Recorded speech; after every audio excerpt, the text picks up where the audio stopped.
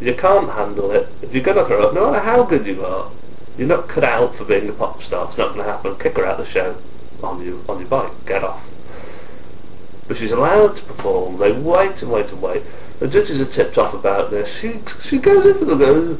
Oh yeah, I've just been thrown up. I'm not that well. Oh, great. Don't come any closer. And then what does she do?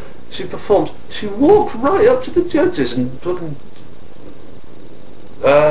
scrapes up against Barlow and co. Absolutely horrendous woman. And you'd think she'd want to get away from the Forest and stereotype of oh, me love you long time, sir.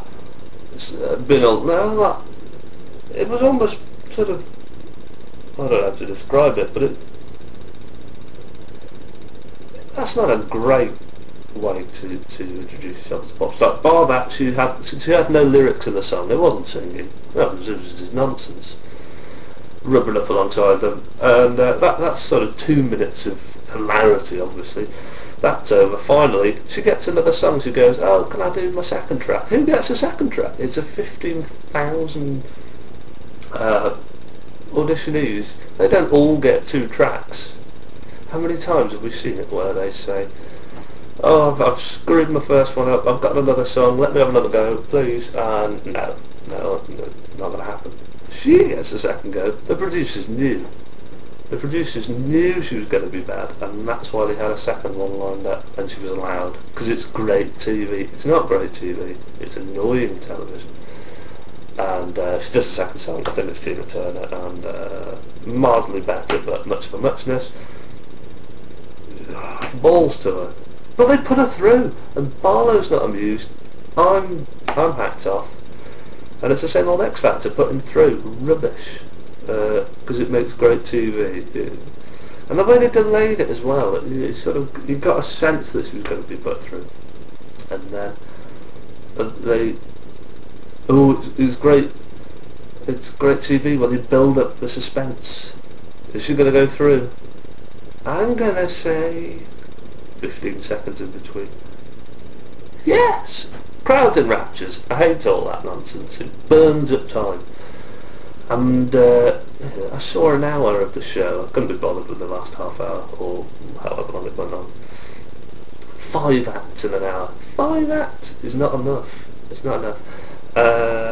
We saw one crap act rapping, very amusingly, admittedly, to J-Lo. So that was pretty good. I want more of that. It's X Factor, it's round 1. I want to see some shit people. I don't want people on journeys with a story, living a dream. I don't want that crap. I want crap, but not that crap. So, disappointing. So, I've been through the hair woman that was on Edge, got through. The twat with the hair got through. The woman from Hong Kong got through. The rapper didn't. Finally, towards the end of the first hour, we get to Janet from Northern Ireland. Now, this was stupid as well. I mean, she could sing, yeah, but they'd ruined it before this happened, because in the VT that they rolled before she even performed, they created a whole backstory. They filmed her in Northern Ireland with an acoustic guitar on a lap, playing to the camera. They'd gone all the way to Northern Ireland to create a bit of a story before she performed for the first time. Before she'd even sung a note, you knew she was going to be good. One, she's Northern Irish, and she'd come all the way to Birmingham to audition. That's dedication, and she knew she was going to be good. She's not doing it as a bit of a pun. She's pretty damn serious. And she didn't come with an entourage of twats. She's taking it pretty seriously. Thirdly, with that video of her in her bedroom, it was obvious that she was already through. The video spoilt it. They should have saved that for the second or third rounds. Actually get to know them later. No, I don't care who she is now. Can't she sing? Yes, put her through. Done. Get it, and give us some more crap. Give us that guy that sung Barbie Girl. I want that in the show, but they didn't. They screwed it up, and they spoilt it. Part of the fun is guessing, are they going to be in or out? Ooh, this guy looks weird, but he's terrible. Oh no, he's actually quite good. It's the Susan Boyle effect, Susan Boyle syndrome, where, ooh, she'll be bad.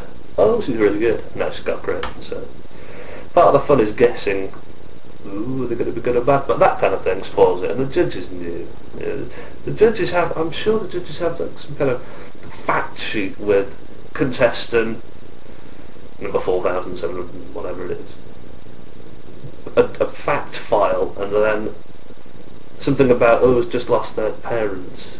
And then bring that up, and there's tears and hell. And that'll be in weeks to come, but I didn't watch over an hour because it just ticked me off so much.